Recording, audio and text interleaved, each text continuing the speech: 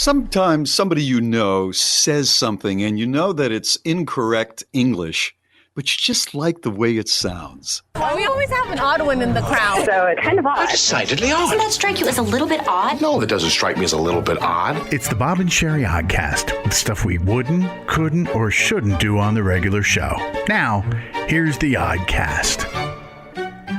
So, planning ahead on a little vacation week, and every couple of years I go back to my hometown, which is actually North Haven, Connecticut, and I get up with some of my garage band friends, high school friends. There's about, 6 or 8 of us, and we get together and we get Pepe's Pizza and we drink some beer and tell the same boring stories all over again. So, got the call from Mike. And he kind of puts it together at his house. And so kind of excited about that. And I started thinking about when I used to live there in North Haven, Connecticut. And my first wife's mother, Big Nancy, who I've talked to you about before, she was very sweet to me. She loved, even after we divorced, she was always very sweet to me. As a matter of fact, she would go by.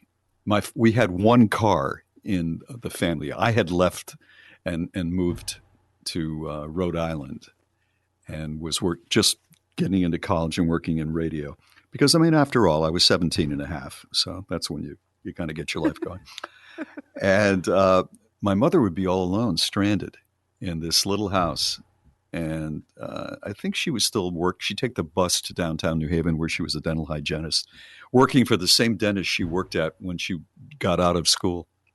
Again, years later, after having 3 kids. But if she needed to go to the grocery store, she had to wait till my father came home. And very often, he'd work late or he'd go to a bar afterward or whatever, and she'd be all alone. And it was lonely there. Big Nancy would call her up and say, "How are you doing, Mary?" And get into conversation. And then she'd find out that my mother had no transportation. The bus did not go to the grocery store. And she'd come by and pick her up and take her shopping. And I had no idea that ever took place until a few years ago, just prior to my mother's passing. And there was something about Nancy, Big Nancy, that I just loved. She was my version of your grandma black hair. They even looked alike. They smoked alike. The Entenmann's, the whole thing. When you described Grandma Black Hair, as soon as you began many years ago, I knew exactly who she was. And there was one expression that I used to just love to hear her say. And it was not an expression that was in my household growing up, but it was part of her way of expressing herself. So if you would say something like, the Entenmann's deviled eclairs, we just got a box, she would say, "Oh, them are good." Not those are good, or I really like those, them are good. And she would use it in a lot of different ways, usually talking about something to eat, or it might be a family. Them are good. Them are good people.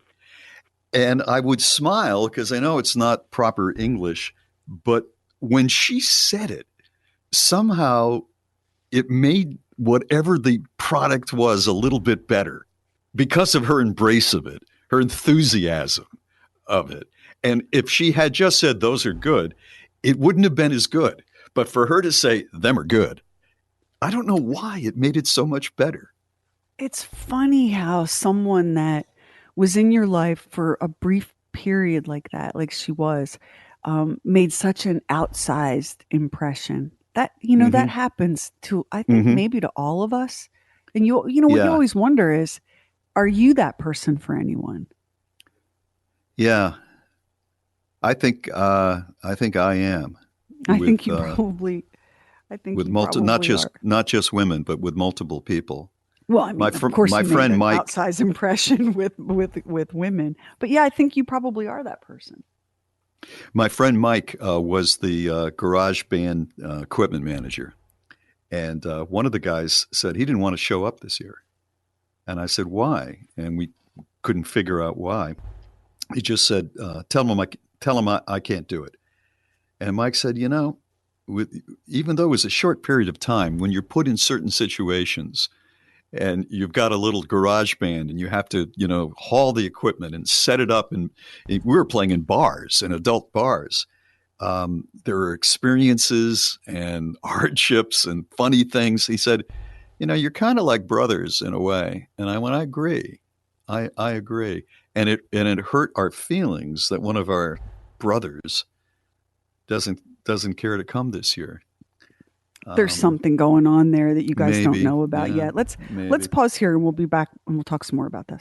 So we're talking about getting together with old friends, and this year is kind of upsetting for Bob because one of his old buddies has said kind of cryptically that he's not going to be available this year after he committed to it, right? No, he did not. I haven't seen these guys in like 3 years now, because our deal is every 2 years, and then COVID threw that off. The invitation from Mike just went out. Hey, we're all going to get together, and the guys are going to bring the guitars, and one of the guys' wife's a fantastic blues singer, and it's really fun. We get pizza and the whole thing. So it just began, and he's not showing up. Now, is he the one that is the real lady killer? Am I thinking of the right guy? No. He's been married to a wonderful, wonderful woman for years. Oh, okay. Yeah, and I don't want to get too specific here. It's just funny how I haven't thought about that era in quite a while, but it doesn't take much. You just scratch the surface and you start thinking about all of the things, that happened and the people that you're with. And it really is an effort to hold on to them as the years go on. Well, especially when you're scattered and you live so far away.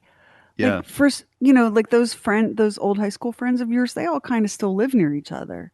It is much more of an effort for you. Yeah. I think, what? It's an effort for a lot of us. The day gets eaten up by just the business of getting through the day, right? You got to work and take care of your kids and get the dog in and out and pay bills and return phone calls. And then it's 10 o'clock at night. And so you say to yourself, you know what? Tomorrow I'm going to email so-and-so or text or call or whatever. Mm-hmm. And then before you know it, it's next week. And it's just the pace of our lives is just so insanely crowded and fast. And one thing that I thought that this pandemic would do, I thought it would slow that down for me, and it had the opposite effect. Mm-hmm. Because it turns out that, at least for me, working from home just made everything. It just made me work all the time, and so there was never any separation. Just work.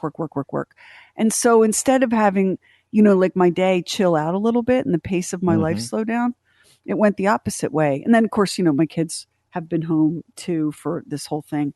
So I agree with you. It's hard to keep up with people. And one of the characteristics I really admire in other people is their ability to stay in touch. I agree with you. That's never been my strength. It is a gift. But you know what it is? It's just committing. And it's one of my failings. It really is one of my weaknesses. And maybe somebody listening can identify with this. But I see a guy who maybe our kids went to school together. And he is making an effort to say, hey, I heard the show and you're on a new station. Good for you. And I respond, but I haven't aggressively initiated it. I've got my crew, I've got, and Mary's friends that are part of my world now too. But I haven't been that guy that really initiates that. And I think he's a better man than me for it. And what's funny about this whole idea of how difficult it is to stay in touch? In some ways, it's never been easier to stay in touch because you've got social media, right? Almost everybody is on some platform, unless it's my husband.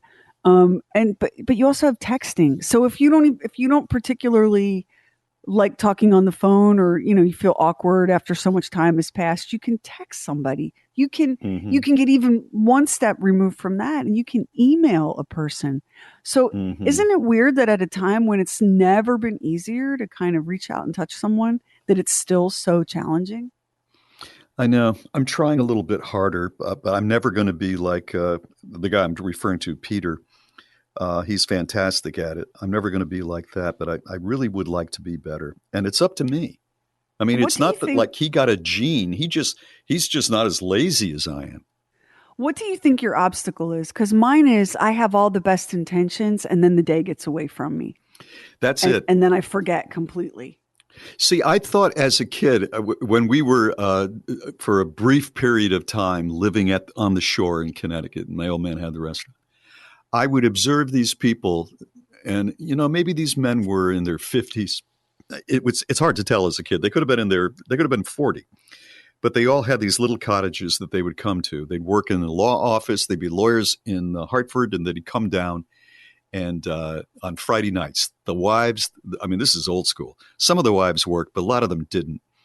And the wives would take care of the kids and everybody. And all the kids were in and out of everybody's house, getting a lemonade from, one of the kids' moms. I mean, it's pretty idyllic. It didn't last long. It lasted about 2 years, 2.5 years. But then I'd study these guys, the men, and they would come down. And Friday, they'd have their suits on. But as soon as they got those suits off, they were relaxed. They had a cigar. Their wives were making dinner. Maybe they'd play with the kids a little bit. But Saturday, they were out fishing on their little speedboat. Then they'd get together and have a cookout. I'd see them. The guy would be out there maybe watering the flower. They just seem so damn relaxed. I don't know if I'm ever going to get to that position. We're having the stepkids, Madison and Hampton, come, for the whole summer. So there's going to be a lot of action here, right? And then I've got to go see Baby L up in Chicago. We're thinking of being there for a period of time. That laid back thing that I described, that I don't think that's ever going to exist for me. That laid back thing that you described sounded different to me than it looked to you. Here's what I heard.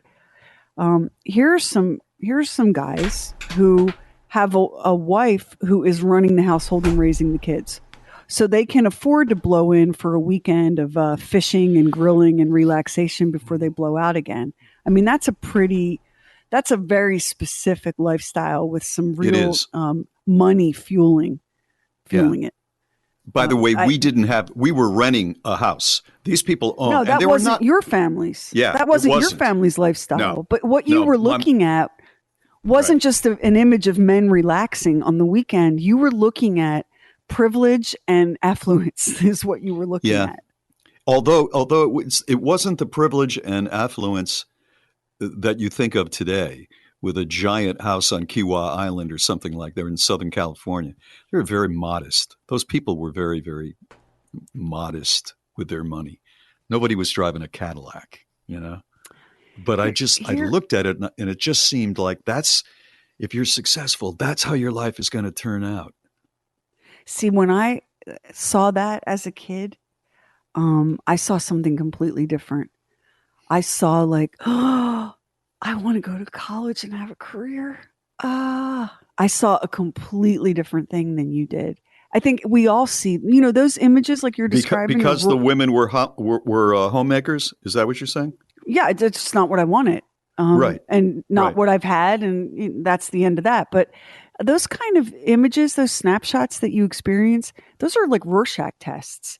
You see in them certain things that you are looking for. And you don't comprehend, especially when you're a kid, that nothing is as simple or as idyllic as it seems.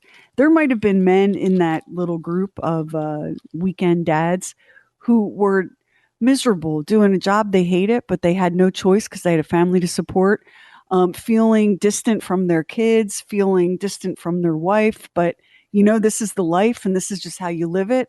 You never really know what's going on in somebody else's life. And it's seldom as awesome as it looks. I totally agree with you. And there was one family, the Youngs, where the father went to another town with his business.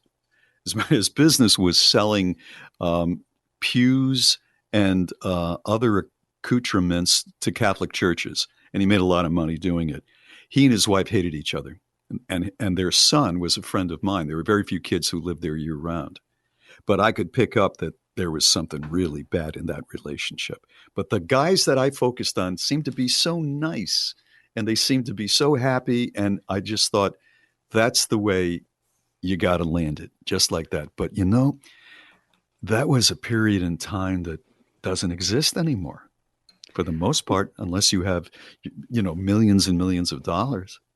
Here's the other thing, and this is the hardest part of all for anybody to face, is sometimes the thing that you thought you were going to have or thought you were supposed to have is something that money can't buy, because it's a quality of being that you weren't born with, you weren't wired with. Like the kind of people you're talking about who are great at staying in touch and, the life of every backyard cookout. These are people for whom the phrase "never met a stranger" applies. And if you are not born with that chip, none of it's going to come as easily for you as it does for somebody like that. We all know the guy. We all know that guy who's waving the barbecue tongs. Hey, I'm going to throw another dog on the grill for you, Bob. We all know that guy. And you think, well, if I'd married the right woman, or if I had more money growing up, or if I had a better job, or if that would be me. But the truth is you're born that way. I think you're born that easygoing barbecue dad dude that's never met a stranger. Are you born that way, or do you pick that up by example? Like my father didn't have he had a couple of friends that came and went, but we didn't have people over. He wasn't the life of the party. He was working all the time. There was really no model for me to look at and say, oh, well, that's how, a gracious man acts socially. Well, there wasn't then, but then, it didn't take you long of being an adult in the world to know perfectly well how a gracious man acts socially, right? You can't, like, it's at some point you just have to work at it. Right, because you're not born to that. Like my older brother is the barbecue dad. He is the ultimate dad. Every Sunday, he's cooking dinner for all of his kids, and now he's got some grandchildren, and he's, the neighbors are coming over, and it's always a party every Sunday at my brother's house. He loves it. He was born for that, and you can't say that he had any kind of good role model growing up, because he didn't. Yeah, that's true. I was just thinking my dad's idea of being social was getting along with his cellmate.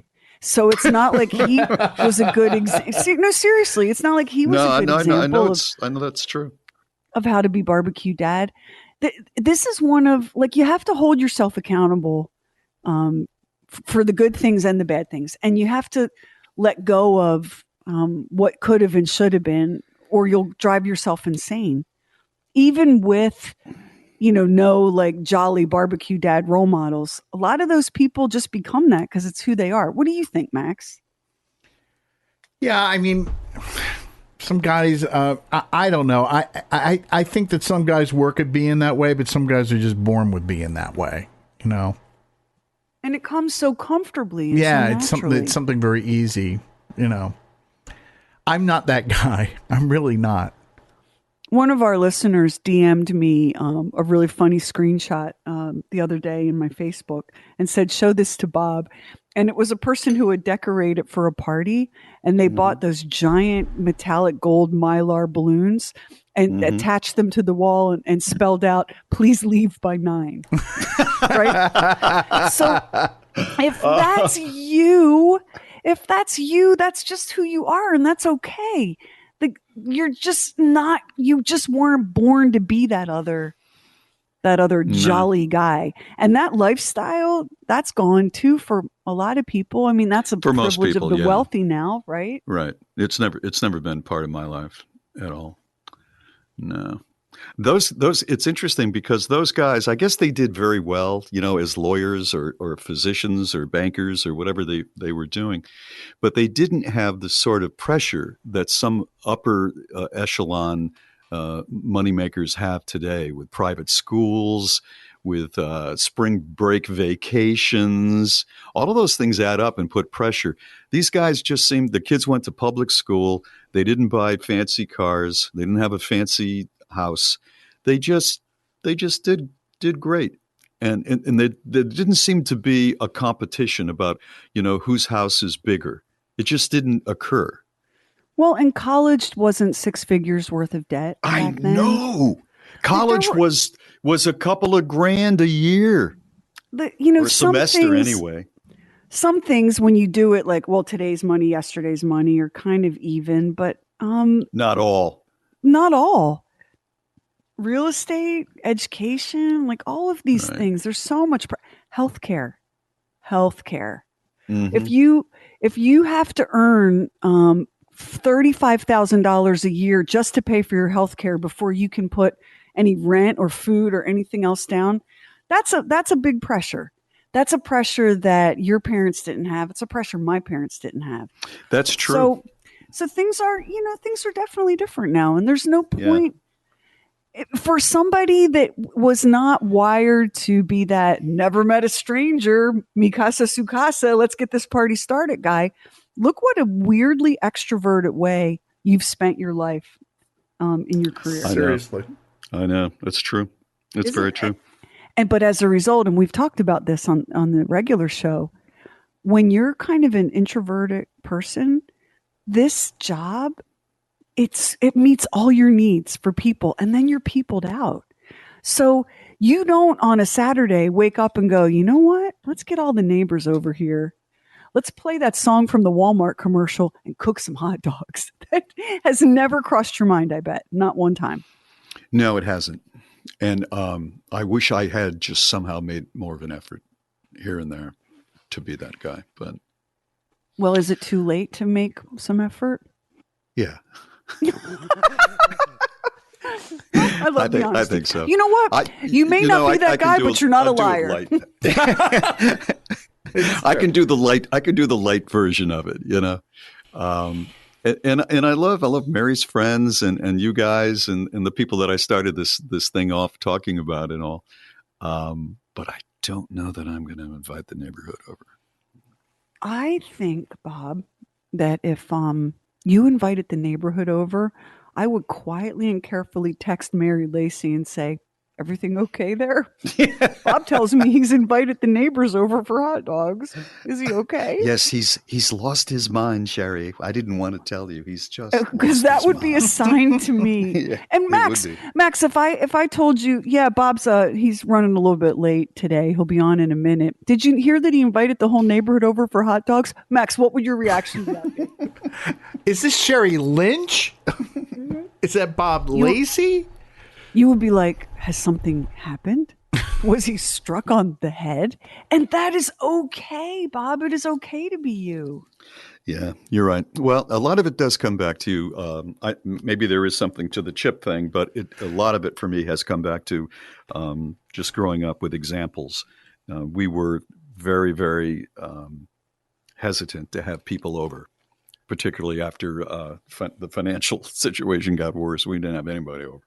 So you get kind of used to keeping people at an arm's length. You see your parents do that, and it just seeps into who you are. And yet, you're very graceful socially, and you do get out into the world. I just think that this is, we've talked about this recently too. American culture teaches you that the only way to be is like extroverted and super gregarious. Right. But the reality is that many people are not naturally extroverted and not naturally gregarious and are a little bit shy and a little bit hesitant and a little bit awkward. But in our culture, you're taught that if you're a little introverted or a little bit shy, that, you're socially deficient in some way and that you need to make more of an effort to put yourself out there. And right? it's not pointed out enough that some people are just assholes. You know? Oh my God, so I mean, many. I mean, no, they So are. many people. Some people are assholes. I threw a dinner party once with the ex, and we had about 8 people, and it was a nice party. It was good food, nice wine, and we were bringing over mostly people that she knew and their husbands. And I had Pugsley back then, and he comes walking in, and this one twerp who's across the table from me goes, "That is the most god ugly dog I've ever seen." I wanted to stab him with my knife. What are you talking about my dog like that? A cute little dog like that. You see what I mean? He's in my house He's drinking an my asshole. wine, my liquor, and my turkey. And he's calling my dog the ugliest thing he's ever seen. Now, my brother, who is the, tongs in the air barbecue dad. I've got firecrackers in the garage. Hang on, kids. Here's $5. Carry me. I'd go ride a skateboard with no shoes or helmet and get an ice cream. My brother would have said, yo, Mikey, you want me coming to your house and talking about your mama that way? And everybody would have laughed. Yep. Yeah, that's what I should have done. That's what I should have done. Because it's how we're wired. But you're a sensitive person and you're a little bit shy, which people are always surprised to hear. And a shy and sensitive person takes that as personally. Yeah, it wasn't just that. I didn't like that guy. I knew a little bit about that guy. That guy was an asshole. Yeah. And like the cockroaches, they'll always walk amongst us, Yeah, that's right. But the ability to gracefully diffuse an asshole, I swear to God, you're born with it. Because I've seen Todd, who used to work with. I've seen my brother. I have seen people gracefully diffuse and shut that asshole down, and everybody laughs, and there's no drama, and the conversation moves on. I've seen that done so many times, and it's a skill, like being able to sing perfectly on key. I think you're born. Well, with I it should or have you're said not. something like, that offends me. He looks exactly like my brother.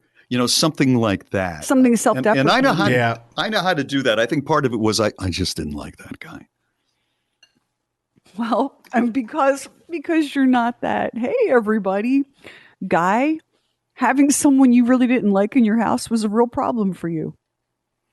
Well, maybe we shouldn't have thrown the party. That's a thought. I'm going to call her up and tell her and ask her, why did we throw that party? I think And that's look, a good thing to do right about now. Hey, 2 birds with 1 stone. You'll also be keeping in touch. Yeah, exactly. All right. Well, I think that wraps it up nicely. I don't want to beat a dead horse, but that party we threw 20 years ago. Yeah.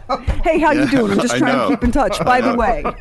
Yeah. Why'd you bring that fucking asshole into it? What an asshole. He said my dog was ugly. Fuck him and everybody. Did you get a look at his wife? New episodes of the Oddcast every Monday. Thank you so much for tuning in. Our website is BOBANDSHERI.com. Have a great day. Stay safe and healthy out there. And we'll see you next time on the Oddcast.